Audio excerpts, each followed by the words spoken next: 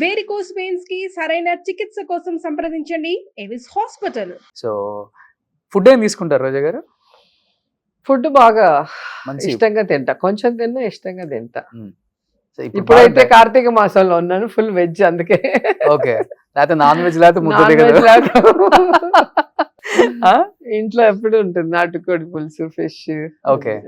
So కానీ మీ అధినాయకుడు మటుకు ఎప్పుడు అదే మెయింటైన్ చేస్తారు. ఏం ఫుడ్ తీసుకుంటారు ఆయన ఆయన? వచ్చి 2 hours జిమ్ చేస్తారు 2 hours gym? Every day. And food కూడా చాలా లిమిటెడ్ గా, అన్ని ఏమంటారు ఆకుకూరలు, ఫ్రూట్స్, వెజిటబుల్స్ అవే ఎక్కువ తింటారు, రైస్ అవి తిన్నారు. అందరూ అంతే, షర్మిల గారు కానీ, భారతి మ్యామ్ కానీ, అమ్మ గాని, అందరూ మీ చాలా లిమిటెడ్. మీ నియోజకవర్గాలకు వచ్చినప్పుడు తెలుస్తుంది అసలు వాళ్ళు ఏం ఫుడ్ మాకు తింటారు. పాదయాత్ర వచ్చినప్పుడు చూసాం ఫుడ్. ఒక ఇంటర్వ్యూలో కూడా చెప్పాను నేను, Okay. అన్న తినేటివి అడిగితే చెప్పాను. ఇడ్లీ దోశ లాంటివి తినరు, చాలా తక్కువ. Protein food. చాలా ఏమంటారు హెల్త్ కాన్షియస్ బాగా అందరికి. ఓకే, వాళ్ళందరూ కూడా అలాగే ఉంటారు. సో పాలు కూడా ఏదో 1 లీటర్, 1 లీటర్ పాలు 1 గ్లాస్ అవుతుంది, అంతే. అల్లం వేసి మరగపెట్టి తాగుతారు. మీరు ఫాలో అయ్యారు నెక్స్ట్ అదేమన్నా ఆయన డైట్ ని ఫాలో అవట్లే మీరు ఇంకా? నేను బాగా తింటాను, ఫుడ్ ఇష్టం. ఫస్ట్ నుంచి కూడా బాగా ఇష్టం. వెంకటేష్ గారు ఇలా చూసేవాళ్ళు, ఇంత పెద్ద క్యారేజ్ వచ్చేది, మీ ఇంటి దగ్గర నుంచి? అందరం కూర్చొని తినేవాళ్ళం. నాతో షూటింగ్ ఉందంటే అందరికి భోజనాలు. అలా ప్రభు గారు, శివాజీ గణేష్ వాళ్ళ అబ్బాయి ఉంటే అందరికి భోజనాలు. అట్లా మేము ఎంజాయ్ చేయడమే కాకుండా ఫుడ్ అందరికి పెడతాం. ఓకే, వెంకటేష్ సార్ వాళ్ళంతా కూడా లిమిటెడ్ ఫుడ్ తింటారా, వాళ్ళు మా క్యారేజ్ వస్తే ఇట్లా చూస్తారు, హీరోయిన్ ఏంటి ఇంత పెద్ద క్యారేజ్ వచ్చిందని. ఫస్ట్ డే నాకైతే ఆ ఎక్స్ప్రెషన్ ఇప్పటికీ గుర్తుండిపోయింది అసలు. ఓకే. సో ఇంకేంటి రోజా గారు, బ్యాక్ టు ఫార్మా, మళ్ళీ ఇంకా నియోజకవర్గంలో యాక్టివ్ అవ్వటం? ఎస్, సో ఆ రోజు నుంచి అక్కడే ఉన్నాను. కౌంటింగ్ అవ్వగానే నేరుగా కాన్స్టిట్యున్సీకి వచ్చాను. ఒక 7 days ఉన్నాను. ఎన్ని రోజులు అయింది కోలుకోవడానికి? అదే హ్యాట్రిక్ కొడతాను అనుకున్నాను ఈసారి. ఫస్ట్ రౌండ్ లో తెలిసిపోయింది సంథింగ్ రాంగ్, ఏదో జరిగింది. ఎందుకంటే మాకు ఎప్పుడైతే వీళ్ళ కూటమి ప్రభుత్వం ఏర్పడిందో అవుతూనే అవ్వాల్సిన ఎలక్షన్ 2 months వెనక్కి తోసేశారు.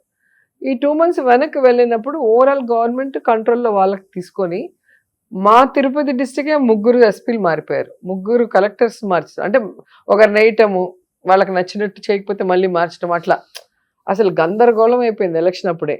ఫస్ట్ టైం నా లైఫ్లో, నాది 5th ఎలక్షన్ ఇది, ఫస్ట్ టైము వితౌట్ పోలీసు ఎవడు పడితే వాడు లోపలికి వెళ్ళటం, బయటికి రావటం, లోపలికి వెళ్ళటం, ఏం అర్థం కాల. చాలా ఏదో మామూలుగా సంతలో వెళ్ళి కూరగాయలు కొనుక్కున్నట్టు వెళ్ళి తిరుగుతూ ఉన్నారు. సో ఇవన్నీ కూడా చాలా ఘోరంగా జరిగింది. అయినా కూడా మాకైతే నిజంగా డౌట్ రాలేదు ఎప్పుడు కూడా. ఫస్ట్ రౌండ్ అవ్వగానే వడమాలపేట అనేది మాకు కాన్స్టిట్యున్సీకి హాట్ లాగా మా పార్టీకి. ఓకే, ఎప్పుడు నేను 2 సార్లు గెలిచింది కూడా ఆ మండలం వల్లే గెలిచాను. అక్కడ నాకు స్టార్ట్ అవుతుంది మెజారిటీ, అక్కడ నుంచి అలా వెళ్తుంటా, ఇంక తెగదు. అక్కడ ఫస్ట్ రౌండ్ 3000 వచ్చేసింది వాళ్ళకి, నాకేం అర్థం కాలే, 1 నిమిషం ఇలాగే ఉన్నా. సెకండ్ రౌండ్ మళ్ళీ 3000. సో అర్థమైపోయింది సంథింగ్ రాంగ్, ఏదో జరిగింది, ఇది జనం ఇచ్చిన తీర్పు కాదు. నేను వెళ్తున్నా అని చెప్పి బయట వచ్చేసాను కదా, మీరు చూసుంటాను, వెంటనే వచ్చేసాను నేను. లేకపోతే మా కాన్స్టిట్యున్సీ ఎప్పుడు కూడా 1000, 2000. 858 ఫస్ట్. ఇప్పుడు నాటి కాదు, వాళ్ళ డాడీ నుంచి ఉన్నారు కదా ఇప్పుడున్న క్యాండిడేట్ డాడీ ముదికృష్ణ నాయుడు కూడా 1200, 1600 తోనే గెలిచారు చంగారెడ్డి మీద. సో అక్కడ 1000, 2000, ఓహో అంటే 5000, 6000 అంతే. 40,000 అంతా అసలు తలకిందులు తపస్సు చేసినా కూడా ఉండదు. సో అది మనకి ఫస్ట్ రౌండ్ అర్థమైపోయింది కదా సంథింగ్ రాంగ్ అనేది. నేను వచ్చేసాను, నేను పెద్ద ఇంకా దాని గురించి ఆలోచన కూడా లేదు, అంతే.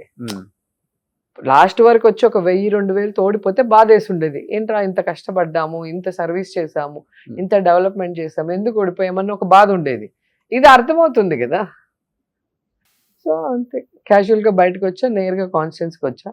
ఇంకా అందరూ వచ్చి ఓవని బాగా కష్టపడి వర్క్ చేశారు అందరూ కూడా సిన్సియర్గా. ఏంటి ఎవ్రీ హౌస్ కి వెళ్ళాలి కదా, అవును, మీకు వచ్చిందా రాలేదా, ఎవరికైనా మిస్ అయితే మళ్ళీ వాళ్ళకి ఆ వెల్ఫేర్ కానీ, వాళ్ళ ఊర్లో అడిగిన డెవలప్మెంట్ ఏది లేకుండా చేశారు.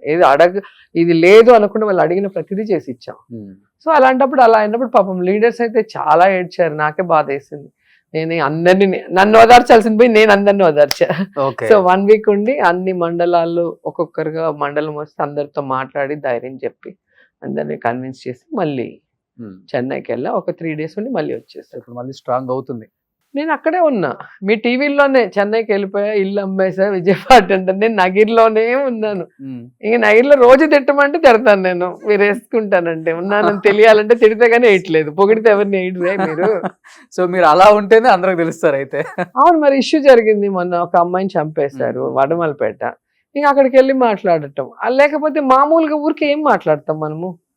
ఇప్పుడు గుడికి వెళ్ళేసి ఏదో వీడియో పంపించలేము, లేదా ఇంట్లో కూర్చొని ఉన్న వీడియో పంపించలేము. లీడర్స్ అందరూ వస్తారు కదా, ఎవ్రీడే మార్నింగ్ టు ఈవినింగ్ వస్తూ ఉంటారు. వాళ్ళు స్కూల్స్లో, కాలేజ్ సీట్స్, లేకపోతే వాళ్ళ హాస్పిటల్లో ఎవరైనా జాయినింగ్ అవ్వాలంటే ఫోన్ చేస్తారు.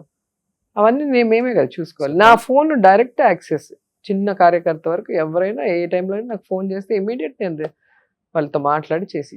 అలా యాక్సెస్ ఉండబట్టి అన్ని ఫోన్ కూడా. ఏమైంది? సో మీ వెల్ విషెస్ కూడా ఎక్కువ కాల్ చేసేది, ఫోన్లు చేసి ఎక్కువ తిట్టడం.